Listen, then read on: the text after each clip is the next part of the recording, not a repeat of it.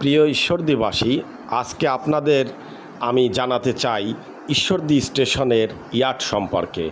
ঈশ্বরদী স্টেশনের ইয়ার্ডটি বর্তমান এখন মাদকের নেশায় পরিণত হয়েছে। এখানে ড্যান্ডি খোর অল্প বয়সী কিশোর কিশোরী, তরুণ তরুণী, তাদেরকে এই ইয়ার্ডে আবাদে দেখা যায়। এই যে ছোট্ট একটি লাল ঘর দেখতেছেন, এর আশপাশেই ড্যান্ডি খাওয়ার প্রতিযোগিতা চলে এবং পলিথিনে ভরে তারা প্রকাশ্য বাজারে, হাটে, ঈশ্বরদী টাউনে, শহরে তাদেরকে দেখা যায় এবং ইয়ার্ডের মধ্যে চলে এর আবাদ খাওয়া। ড্যান্ডি খাচ্ছে কিভাবে দেখছেন?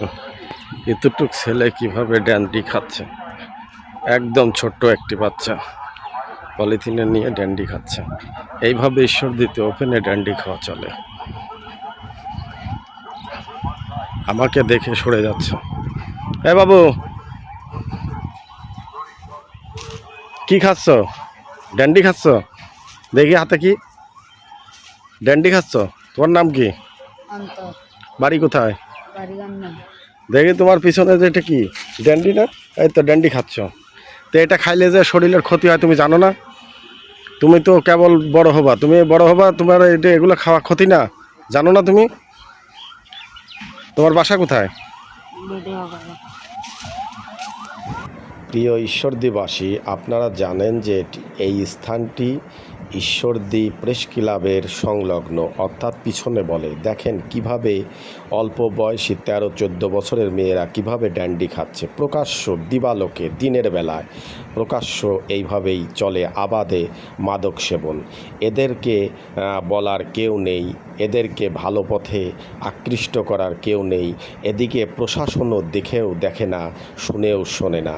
এইভাবেই চলছে ঈশ্বরদীতে তরুণ তরুণী, অল্প বয়সী ছেলে মেয়েদের আবাদে ড্যান্ডি খাওয়া। এই ছেলে মেয়েগুলো কিশোর থেকে তরুণ হচ্ছে। দেখেন কিভাবে ঘোপে ঘাপে বসে তারা ওপেনে ড্যান্ডি খাচ্ছে এবং ঈশ্বরদী বাজারের মধ্যেও দিবালোকে প্রকাশ্যও পলিথিনের মধ্যে এই ড্যান্ডি ভরে নিয়ে তারা খায়। এইভাবেই চলছে আবাদে ঈশ্বরদীর অলিতে গলিতে, বিভিন্ন জায়গা, বাজারে, ইয়ার্ডে, স্টেশনে আবাদে ড্যান্ডি খাওয়া। তে এটি দৃষ্টি দেওয়া দরকার প্রশাসনের, না হলে এই ছেলে মেয়েগুলোর ভবিষ্যৎ কি হবে? নাকি এদের পিছনে কোনো গডফাদার আছে বা রাজনৈতিক ছত্রছায়ায় ওরা কি ড্যান্ডি পায় বা এদের হাতে কেউ দিয়ে থাকে? এটাও আইন শৃঙ্খলা বাহিনীর খতিয়ে দেখার দরকার। অবশ্যই এদের পিছনে কেউ আছে কি না, বা এরা ড্যান্ডি কোথা থেকে পায়, কোন জায়গার থেকে আসে, কে বা ওদের হাতে দেয়, ওদের পিছনে কারা আছে, এগুলো আইন শৃঙ্খলা বাহিনীর খতিয়ে দেখার দরকার। এখন দেখেন এইভাবেই তারা ছেলেপেলে অল্প বয়সী তারা কিভাবে ড্যান্ডি খাচ্ছে। এই ড্যান্ডি খাচ্ছে ওরা আমার ক্যামেরা দেখে ড্যান্ডি খাওয়া লুকিয়ে ফেলে এবং আমার সামনে কথা বলতেও ভয় পায়, কথা বলতে চায় না এবং ড্যান্ডি তারা পিছনে লুকিয়ে ফেলে। এইভাবেই প্রকাশ্য চলছে আবাদে ড্যান্ডি খাওয়া। একদম অল্প বয়সী কিশোর কিশোরী ছেলে মেয়ে, যাদের পড়ালেখার জীবন, যারা বা স্কুল আঙিনায় পড়ালেখা করবে, আজ তাদের ভবিষ্যৎ কী? প্রিয় ঈশ্বরদীবাসী, আজকে আমি ড্যান্ডি নেশা সম্পর্কে কিছু কথা বলবো। ড্যান্ডি নেশাটা মূলত সাধারণত একটি আঠা, যেটাকে বলা হয় জুতা বা স্যান্ডেলে মারা আঠা, এই জাতীয় একটি সলিউশন।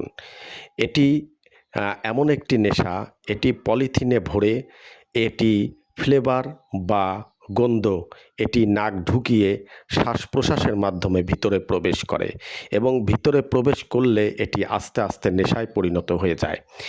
এটি কি ধরনের নেশা? এটা সাধারণত ইলুইটার সহ বিভিন্ন ক্ষতিকর রাসায়নিক থাকে, যা শুকলেই বা গন্ধটি ভিতরে গ্রহণ করলেই নেশা শুরু হয়ে যায় এবং আস্তে আস্তে তা তীব্র আকার ধারণ করে। শরীরে কি কি প্রভাব ফেলে এই নেশা? মাথা ঘোরা, খিঁচুনি, বমি বমি ভাব, কথা জড়িয়ে যাওয়া, ভারসাম্য হারানো, হঠাৎ অজ্ঞান হয়ে পড়া। এই নেশাটি দীর্ঘমেয়াদে কেউ যদি সেবন করে তার মস্তিষ্কের ক্ষতি হবে এবং প্যারালাইসিস হয়ে যাওয়ার সম্ভাবনা থাকবে এবং মৃত্যুবরণ করতে পারে। এত বড় একটি নেশা, এত বড় বিপদপূর্ণ একটি নেশা, যে নেশা দ্বারা মৃত্যু অবধারিত হতে পারে এবং ক্ষতিগ্রস্ত মস্তিষ্ক হতে পারে বা আপনি মেন্টালি স্যাটিসফাই হয়ে পাগলও হয়ে যেতে পারেন। এই ধরনের নেশা ছোট ছোট শিশু বাচ্চারা কিভাবে করে, তাদের জীবনটাকে কিভাবে বাঁচাতে হবে, এটি ঈশ্বরদী আইনশৃঙ্খলা বাহিনীর দৃষ্টি আকর্ষণ করে বলছি।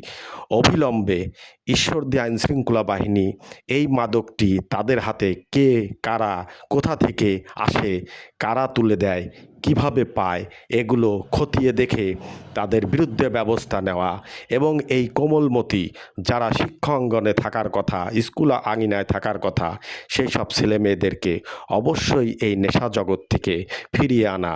অবিলম্বে আমি প্রশাসন কর্মকর্তা এবং ঈশ্বরদী থানা নির্বাহী কর্মকর্তাদের দৃষ্টি আকর্ষণ করে বলছি, এসব কোমলমতি ছেলে মেয়েদের জীবনকে আপনারা বাঁচান। আমি মোহাম্মদ ইউসুফ।